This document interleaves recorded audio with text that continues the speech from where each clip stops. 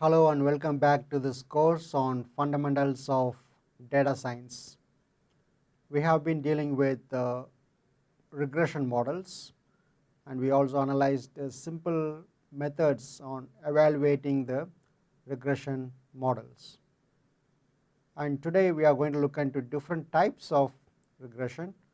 Basically, we are going to focus on the so-called logistic regression. So here is the contents for today's discussion. The types of regression, logistic regression, we will see the introduction to it, and we will see explanation of logistic regressions, some of the applications of the logistic regression, and what are the pros and cons of the logistic regression. Coming up with the first objectives for today's lecture is, why do we need logistic regression? That's the key question, right? So we'll see some points on the needs of logistic regression and a logistic function. In other words, it's called the sigmoid function. We'll examine what it is and how it can be used later on in different machine learning applications. As well, finally, we are going to talk about logistic model applications as we conclude this lecture. Let's start from the first part. Basically, I want to just recap in short what is the regression model. Can you recall what is the regression model? Yes, it is a simple analysis which estimates the relationship between the dependent variable and the independent variable. And we want to always predict this features. We want to always predict the values of y. Let's see the types here. We have a linear regression and simple linear regression. That's what we dealt with when we talked about regression. Then you have the logistic regressions. We are going to discuss more in details about this logistic regression in today's lecture. We have some more regression like non-linear regression, non-parametric regression, Lasson's regression, robust regression, stepwise regression, regression towards the mean. Here's the common statistical phenomena, and there is other simple types of regressions are also available. So at times people also use regression analytic methods in other areas. At times it can also be used for some of the principal component analysis and other features where they talk about this regression methods. Anyway, our focus today is on the logistic regression. So let's check this out for today. Yeah, here is the logistic regression. So when it comes to the statistics, the logistic regression or logistic model or logit model is used to model the probability of a certain class or event, just like pass, fail, win, loss, alive, dead, healthy, or sick. Yes, it's a very simple method that are used for kind of having a binary relationship. As you can see, pass, fail, win, and lose. These are very basic regressions, logistics model actually, the kind of binary classification. So basically, the logistic function model is kind of a binary dependent variable, although many more complex extension can be used. So this regression analysis estimates the parameters of logistic model. In other words, at times it's also called the binary regression. This can be extended to a model with several classes of events, such as determining whether an image contains cat, dog, lion, etc. And each object being detected in the image would be assigned to a probability of 0 and 1 with a sum of 1 there. Okay, so this is where our distribution of data are there. This is, we know that this is the basic regression model. It can be easily represented with a line that can fit this model, right? We talked about this regression as simple linear regression. But when you have data points like this distributed up and down like this, you don't have a model that can really fit, a line that can really fit. So that's where we are kind of struggling to come up with the best model, and that's where this regression comes in. So let's talk about this regression in detail with respect to this perspective. So in linear regression, the outcome, the dependent variable is continuous. As the value continuously comes in, it's usually continuous. It can have any one of the infinite number of possible values. In logistic regression, the outcome or the dependent variable has a limited number of possible values. As we know that logistic regression is used when the response variable is a categorical in nature, just like pass, fail, win, lose, cat, dog, things like that. So that's why this process, as we can see, the data points at the bottom and the data points at the top, we are trying to connect these data points from here to there. We are trying to connect this data points. When we try to connect this data points, our regression line looks something like this S-shaped curve. And to be more in detail, we assume that there is not these data points existing. So this is actually almost a pure smooth S curve. So in this case, we can also understand this S or smooth S curve, which is represented by this different lines. Again, we are trying to find which is the best fit as far as the regression is concerned. Linear or simple linear regression is concerned, we are trying to understand which is the best fit. Likewise, the same is true with this one. To evaluate this logistic regression, you can try to find which of these smooth S curve best fits all the data points. And this whole model can be represented with the log function. So the natural log of p by 1 minus p, and that actually represents the original basic model that you have in hand, which is the regression model of beta naught plus beta 1 times x. And that's why this representation of this log function actually gives the name of logistic regression. That's why why it is called a logistic regression. And this whole function can also be represented by means of the sigmoid property.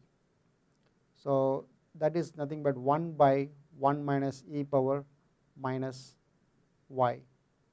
So this is where the threshold actually comes in. So I am going to simply give some values for e, for example. So you can take some values for e power minus y.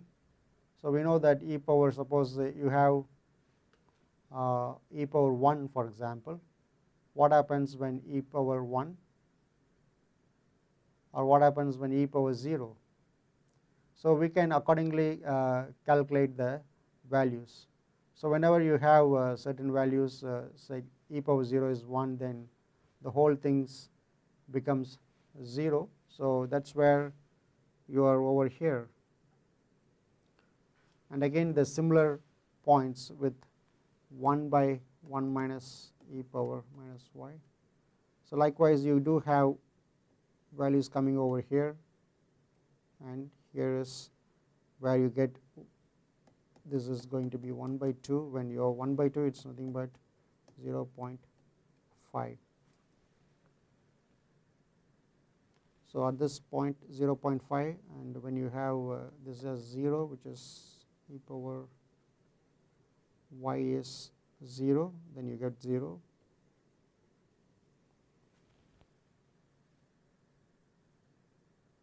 And you get 1 over here. So you have 3 different points at this location, and 0.5 is kind of a threshold that you have. You can you are starting from 0, but you can also reach 1, right away you can reach 1 after crossing that threshold. So that's the basic logistic properties. And in logistic regression, the dependent variable is a binary variable that contains data coded as 1 and 0, and that's the basic idea behind the regression, this particular logistic regression. This model actually fits the model of categorical data. That's one of the basic difference between the normal regression and the logistic regression, especially for binary responses. And this is again is kind of a classification model. We are not predicting much, but we are actually classifying the data. This binary response of a special data modeling scenario, that is what we have here. So we now to understand clearly about what is going on with respect to the logistic regression, let's look in detail here.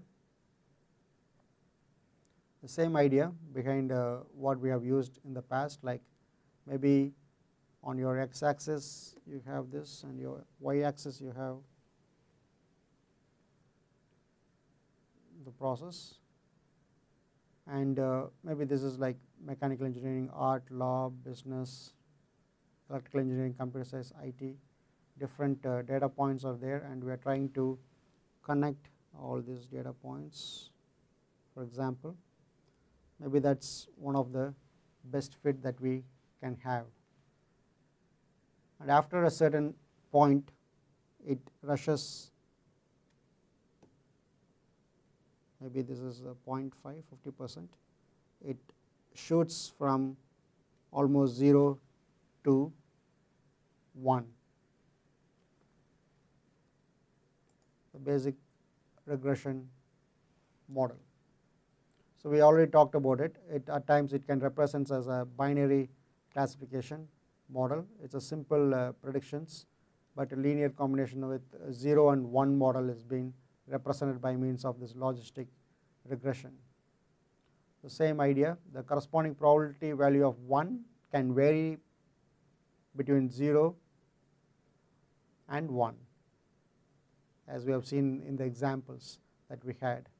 Since the function converts the log odds to probability of logistic function, that's why we have this name of log odds. It's called the logit or logistic units.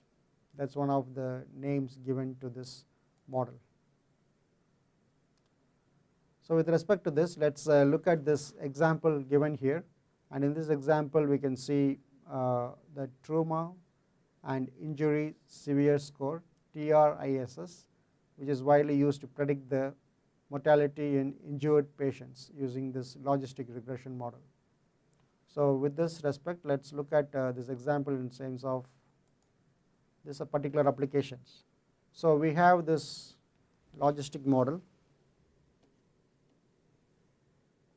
with various parameters, logistics like P by 1 minus P. If you recall, that is nothing but the same model that we have here. Yeah. Log of P by 1 minus P, that is in fact representing beta naught plus beta 1 times x plus beta 2 times x2. And with the same thought, you can actually provide this by means of exponential log odds with simple algebraic manipulation. The probability of y equals 1 can be stated with the probability here. And this model, a model with two predictors you have, x1 and x2. x1 and x2 is the two predictors we have, and the response variable is the y is your response variable in this case, which we can denote p equals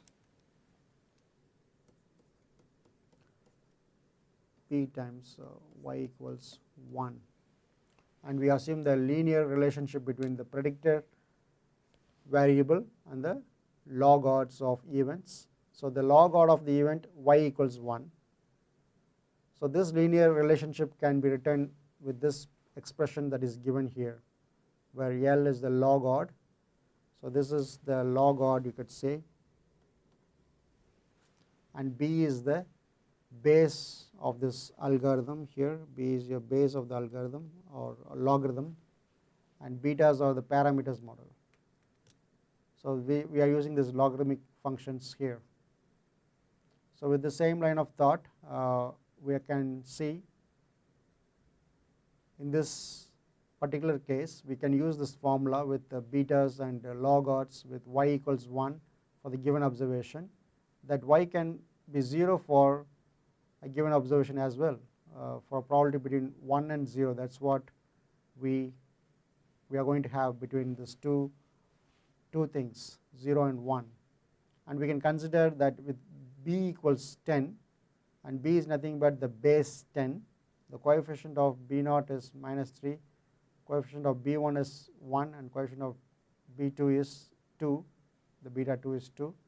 So we are going to evaluate this whole process where probability of the event y equals 1 appears. And you can interpret the whole thing as follows here. When we say beta naught is -3, the y-intercept, we can say it is the log odds of event with y equals 1. And when predictor x1 equals x2 equals 0, then the exponential part of x1 equals x2 equals 0. The odds of the event is y equals 1 and are 1 to 1000 or 10 power -3. So basically here with beta naught as -3, beta 1 as 1, beta 2 as 2, we are trying to see the odds of the event for y equals 1. And again we are going to look at if x1 increases by 1, the odds of the y equals 1 increase by a factor of 10 power 1. Initially x1, x2 are equal to 0. x1 and x2 they were 0, that's what we had initially. But when it increases to 1, the y1 equals 1 factor increases by 10 power 0. So when beta 2 equals 2, which means by increasing x2 by 1, the log odds is going to be 2. In other words, if x2 increases by 1, the log odds that y increases by a factor of 10 power 2. So as we add more variables, accordingly the odds of y increases by a certain factor. In other words, the odds is 10 times greater. That's what we can observe from this particular observation. It's a log odd forms. So let's simply look at this example where we talk about a group of 20 students spends between 0 to 6 hours studying for an exam. And how does the number of hours spent studying affects the probability that the student pass the exam? So we know that this is simple probability and kind of classification as well, like we are talking about the pass and fail, while 1 and 0 represents this pass and fail property of the students, and we already have all these numbers in hand. So if the problem was changed so that the pass and fail was replaced with the grade 0 and 100, then the simple linear regression could be used. But we know that sometimes the students may end up getting a grade with different values, so from between 0 and 1, between 0 and 100. So that can represented by the simple linear regression, whereas we are talking about just pass and fail, so we can still go ahead with the basic logistic regression model, where pass can be represented by 1 and fail can be represented by 0. So with this data, actually we can perform the whole operations and we can see how the graph looks like for this particular logistic model. So probability of passing the exam is given there, and with the probability of passing exam given in the y-axis, that is probability is 0 till 1, and the hours of studying is being represented here in the x-axis with 0 to 0 to 5, or in fact 6, as we have seen earlier. So again we can see this is the midpoint here, is the 0.5, and we are reaching, this is going to be 1 and this is your 0. And again when you have 0 and 1, in this case we are going to show this probability of passing exam versus the number of hours being studied, and this been plotted by the given data that we have in hand, and it can clearly shows after a certain point of time it can reach the pass percentage and the fail part. So regression, logistic regression analysis can also follow with the percent of information with coefficient and standard errors. Z values and P values can also be used for this analysis purpose. You can try to understand how this whole logistic function can happen with respect to the values that are given, for example the P values or the hours values that are given. This can go a long way when we talk about the log odds of passing exam or log of failing exam. Odds of passing exams can be expressed by means of the exponential form of this whole structure.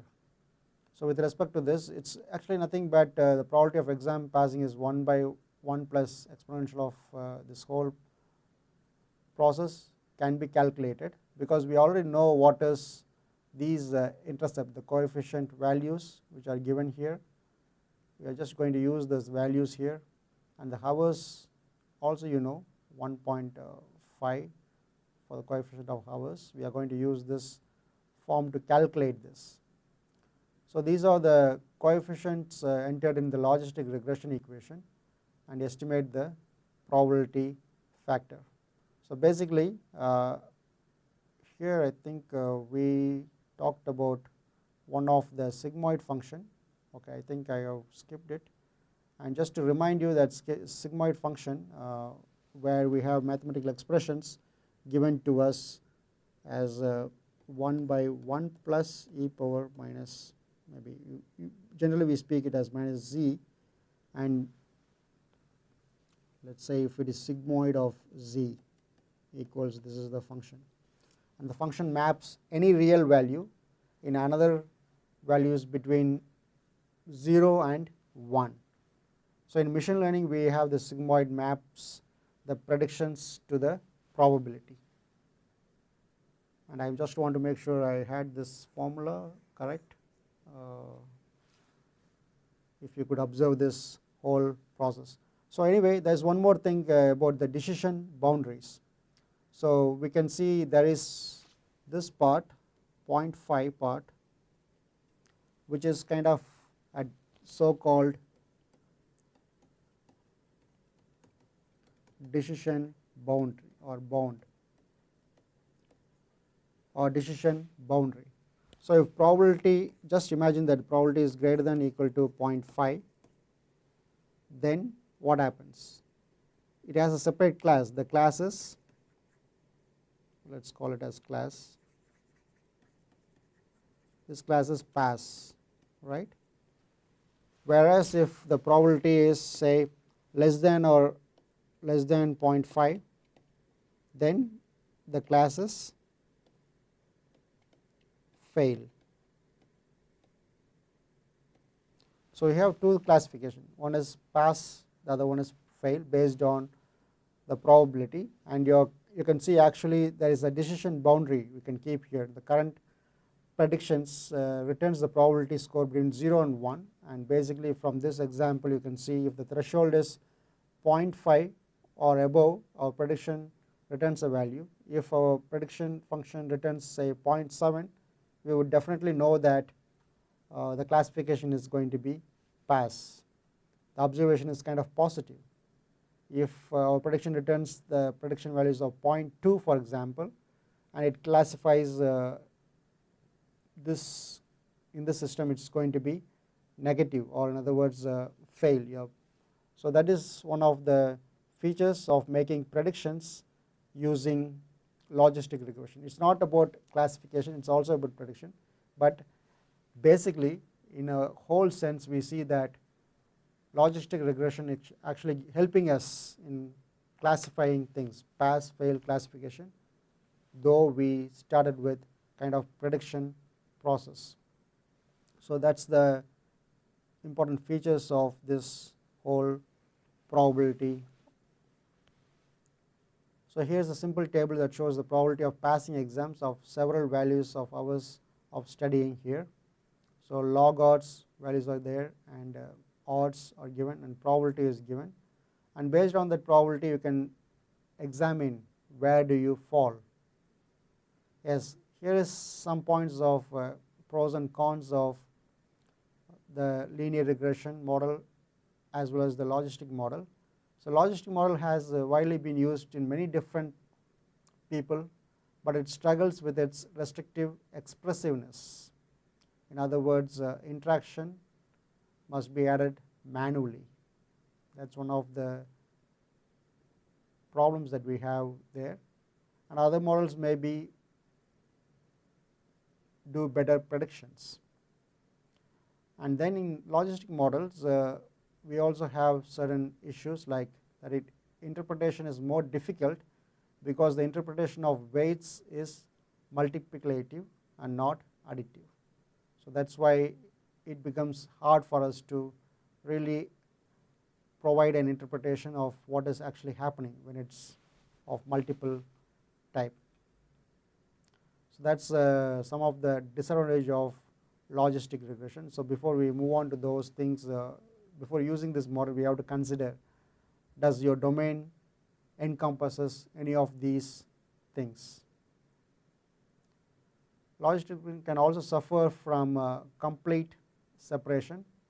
So if there is a feature that would perfectly separate the two classes, then logistic regression model can no longer be trained, right? You don't have to train it because it already separated. So this is because the weight of the feature would not converge or coverage, because the optimal weight would be infinite, and that can be a problem in many of the logistic regression problems. And another thing is, like, logistic regression model is not only a classification model but also gives you probabilities. So this is a big advantage over models that can only provide a final classification. We know that even in the exam, pass and fail, based on some probability we can actually classify things like pass and fail. Above 0.5 we can say it as pass, below 0.5 we can say it as fail. So knowing that an instance has 99% probability for a class compared to 51% makes a huge difference in making such decisions as far as the logistic regression is concerned. So that's what we saw today. We talked about why do we need a logistic regression. We know that certain data distribution methods are quite different from the normal simple linear regression, and moreover we also understand that once you have certain data to be classified or as yes or no, pass or fail, cat or dog, in fact you can actually use those probability measures as a strong background to classify different groups of data. In other words, logistic regression in some sense can also be said as a binary classifier, but still we use probability based prediction to make such classification. We talked about the sigmoid function and how this whole logistic model is being mathematically expressed in sigmoid function. We talked about simple applications of logistic model with respect to students' number of hours they study as well as their outcome, pass or fail. Yeah, there are a lot of other applications for logistic models that are available. You can actually look into it, and this model which is expressed by means of sigmoid function, can be used in the future for other machine learning methods as well. You will be discussing about it. Actually, if you are studying neural networks and if you want to talk about activation functions, the sigmoid function is one of the basic activation functions that is in hand. You can actually study about it when you study those topics. Well, that's all we have for today, and let's stop here and let's discuss about the languages for data science, software tools for data science, and cloud environment for data science in the next lecture. I'm looking forward to see you there. Goodbye.